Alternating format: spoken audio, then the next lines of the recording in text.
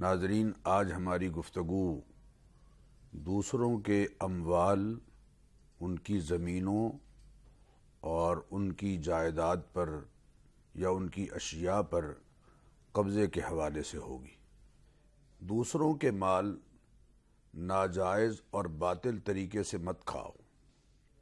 وَتُدْلُوا بِهَا إِلَى الْحُكَّامِ، اور ایسا بھی نہ کرو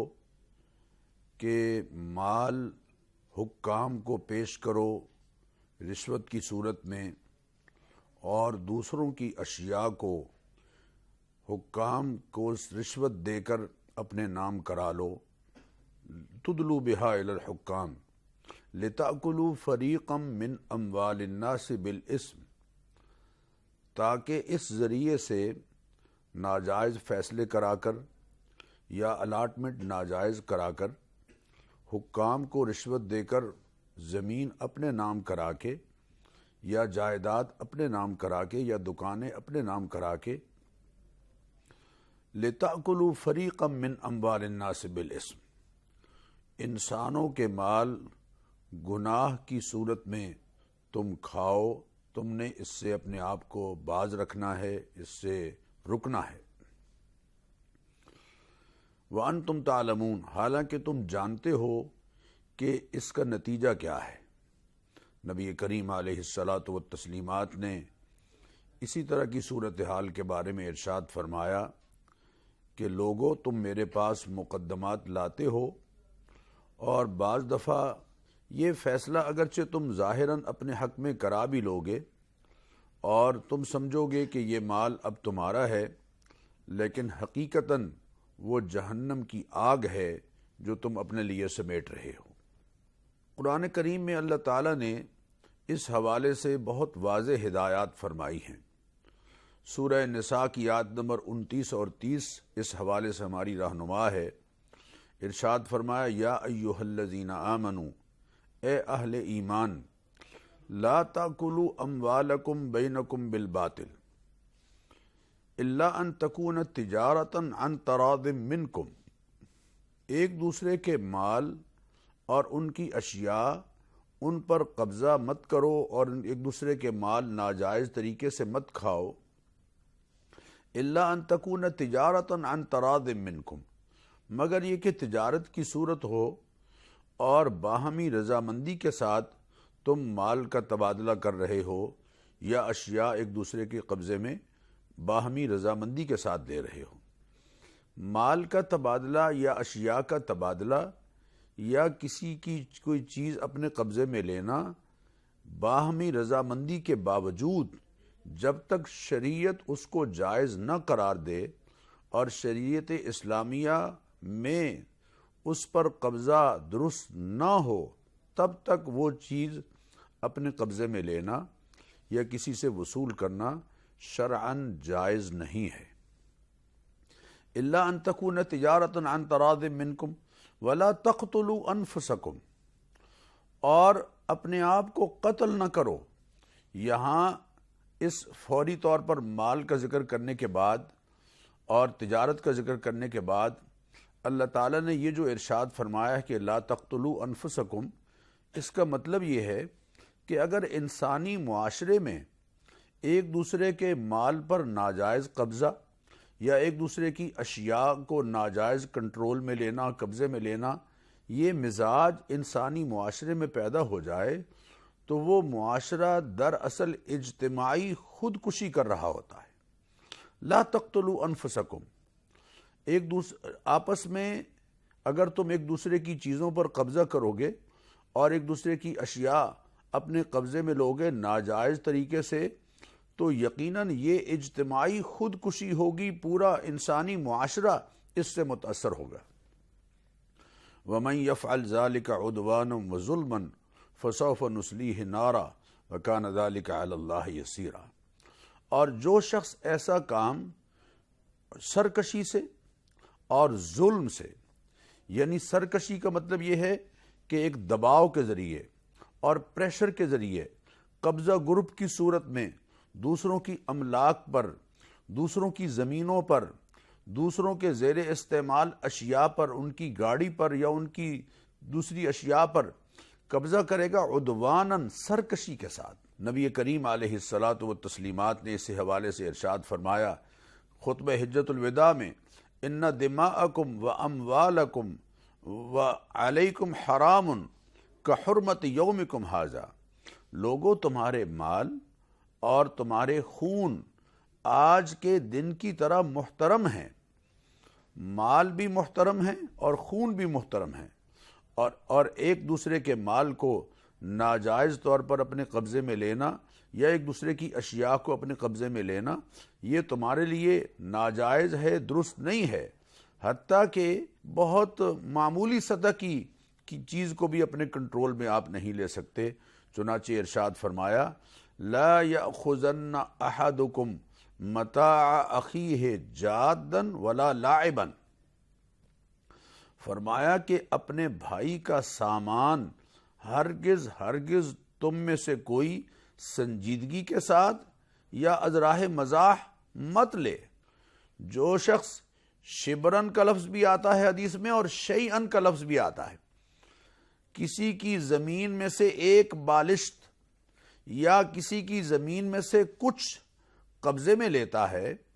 اور اس پر کوئی عمارت کھڑی کرتا ہے یا اسے غلے کے لیے استعمال کرتا ہے یا اس پر فصل اگاتا ہے، تو فرمایا قیامت کے دن اللہ تعالیٰ اس کو ساتوں زمین میں دھسا دیں گے۔ یہ لینڈ مافیا اور قبضہ گروپس، ان کو اس خوفناک انجام سے اپنے آپ کو بچانا ہے۔ زمین جتنی بھی ہے اس کو عام طور پر ہم 4 حصوں میں تقسیم کرتے ہیں۔ ایک تو زمین وہ ہے جو مملوکہ ہے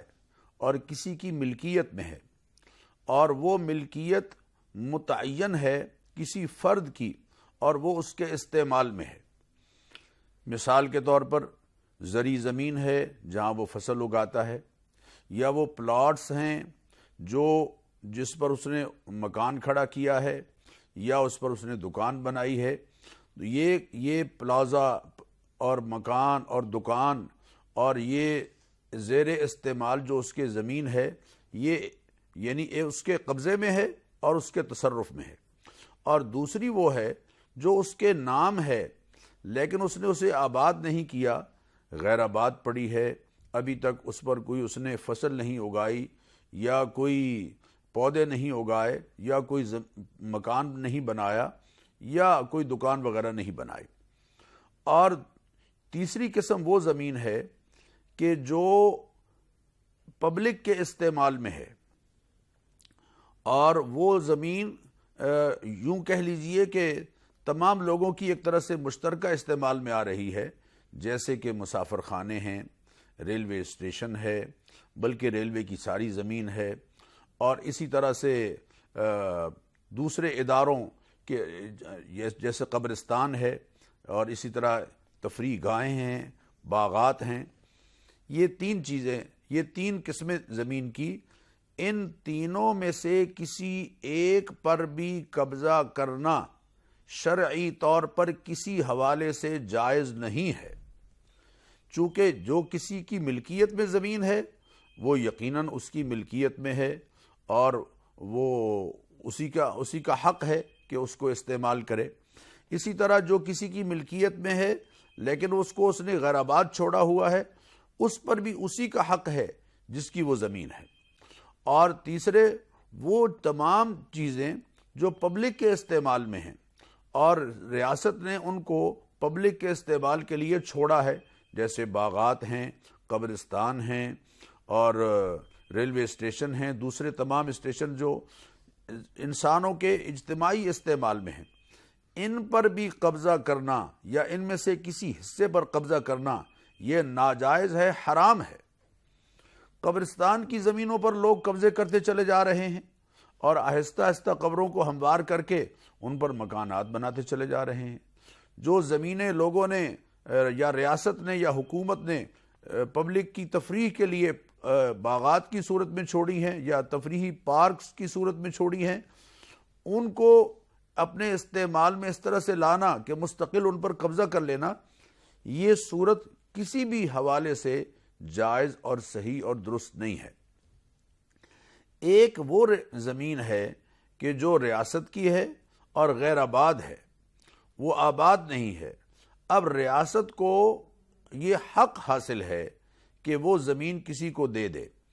آباد کرنے کے لیے دے دے۔ ملک کی زمین ہے اور وہ ریاست کے کنٹرول میں ہے، ریاست اس کو وقف کر سکتی ہے کسی فرد کے لیے۔ لیکن سیدنا عمر رضی اللہ تعالیٰ عنہ کے حوالے سے ہمارے سامنے یہ بات آتی ہے کہ ایسی زمین جو ریاست نے کسی کے سپرد کی تاکہ وہ اسے آباد کرے، اگر وہ 3 سال تک اسے آباد نہیں کرتا، اگر وہ 3 سال تک اسے آباد نہیں کرتا اور آباد کر کے پوری ریاست کی جو رعایا ہے اس کے لیے وہاں سے کوئی فائدہ مند چیز نہیں حاصل کرتا، مثلا اس سے غلہ حاصل نہیں کرتا، اس سے خوراک کے لیے کوئی سبزیاں وغیرہ اور دوسری چیزیں حاصل نہیں کرتا، تو ریاست کو یہ حق حاصل ہے کہ وہ اس سے وہ زمین واپس لے اور ان لوگوں کے سپرد کرے جو اس کو آباد کریں تاکہ انسانوں کو اس ریاست کی زمین سے فائدہ ہو۔ لیکن پہلی جو 3 زمینیں ہیں، جیسے فرد کی زمین جو اس کا حق ہے، جو اس کی ملکیت میں ہے اور اس کے استعمال میں ہے، یا فرد کی ایسی زمین جو غیر آباد ہے اس نے چھوڑی ہوئی ہے، یا ریاست کی ایسی زمین جو پبلک کے لیے وقف کر دی گئی ہے، ان میں سے کسی ایک کو بھی ریاست کا حق نہیں بنتا کہ وہ کسی کا نام الاٹ کر دے، بلکہ ریاست کو بھی اگر اس طرح کی الاٹمنٹ اگر ریاست کرے گی الاٹمنٹ تو یہ بھی شرعی طور پر درست نہیں ہوگی۔ اب آئیے اس بات پر غور کیجئے کہ کچھ اور ایسی چیزیں ہیں کہ جو لوگوں کی ہوتی ہیں، دوسروں کی، لیکن ہم ان کو اپنے استعمال میں لا رہے ہوتے ہیں۔ مثال کے طور پر وراثت میں جو بہنوں کا حق ہے، بہنوں کا حق اگر بھائی وراثت میں ان کے سپرد نہیں کر رہے تو جب تک وہ زمین جو وراثت میں بہنوں کا حق بنتی ہے ان کے استعمال میں رہے گی تو یقیناً یہ ناجائز اور حرام ہوگی، اور جب تک یہ اس کو اپنے استعمال میں لا رہے ہوں گے تب تک یہ ایک ناجائز کام کر رہے ہوں گے، حرام عمل کر رہے ہوں گے۔ قرآن کریم میں اللہ تعالیٰ نے اس کی مذمت کرتے ہوئے ارشاد فرمایا،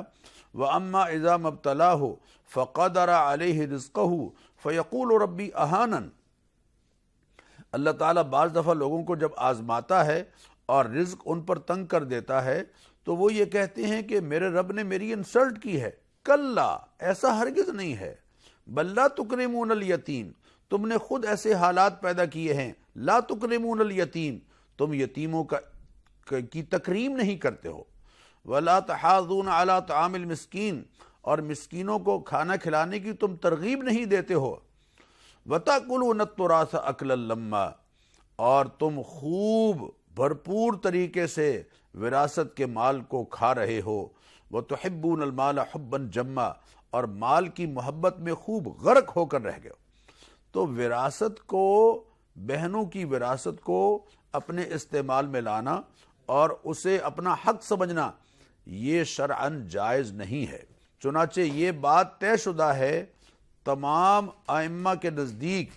کہ اذا غارس فی ارض غیرہ بغیر اذنہ او بنا فیہا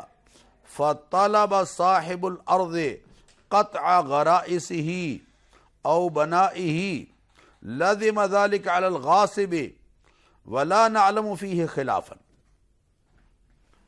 کہ اگر کوئی آدمی کسی کی زمین میں کوئی چیز بوتا ہے، فصل اگا دیتا ہے، ہل چلا دیتا ہے، فصل اگاتا ہے، یا بغیر اس کی اجازت کے وہاں کوئی عمارت کھڑی کرتا ہے، تعمیر کر دیتا ہے،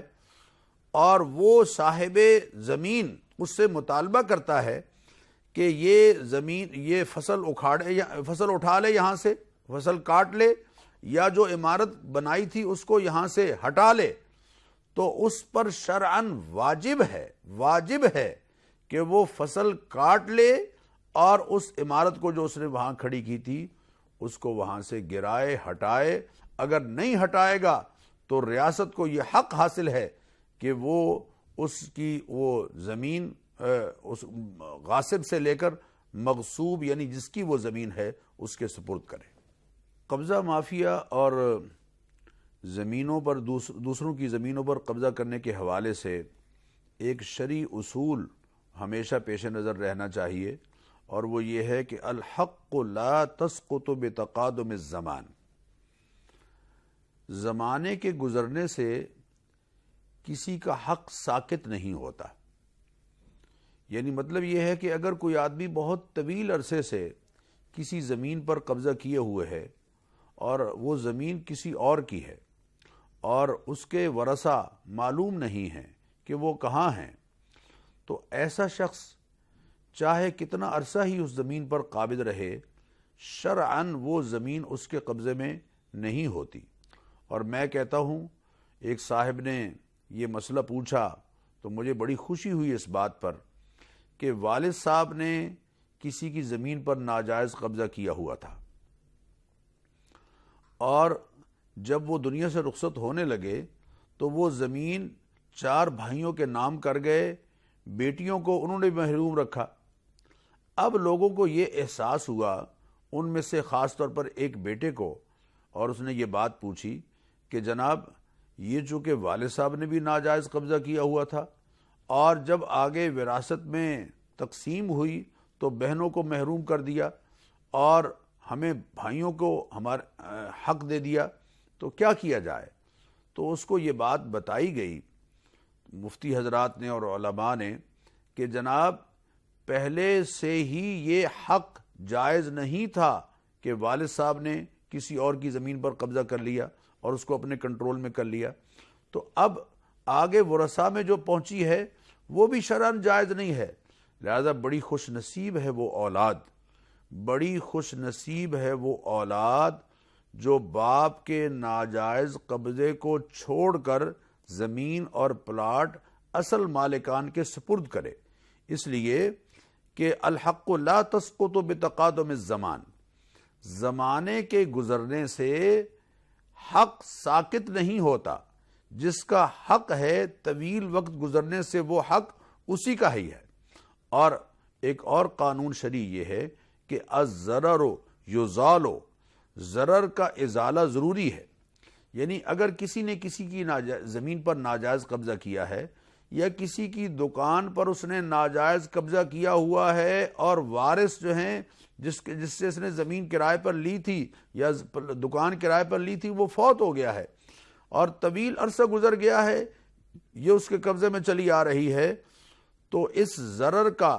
اور اس نقصان کا جو وہ ورثہ کو پہنچا رہا ہے یا اس مرحوم کی اولاد کو پہنچا رہا ہے یا اس کی بیوی کو پہنچا رہا ہے، اس ضرر کا ازالہ ضروری ہے، شرعاً اس پر واجب ہے۔ اور الضرر لا یکون قدیما، یہ بھی شرعی اصول ہے کہ کوئی ضرر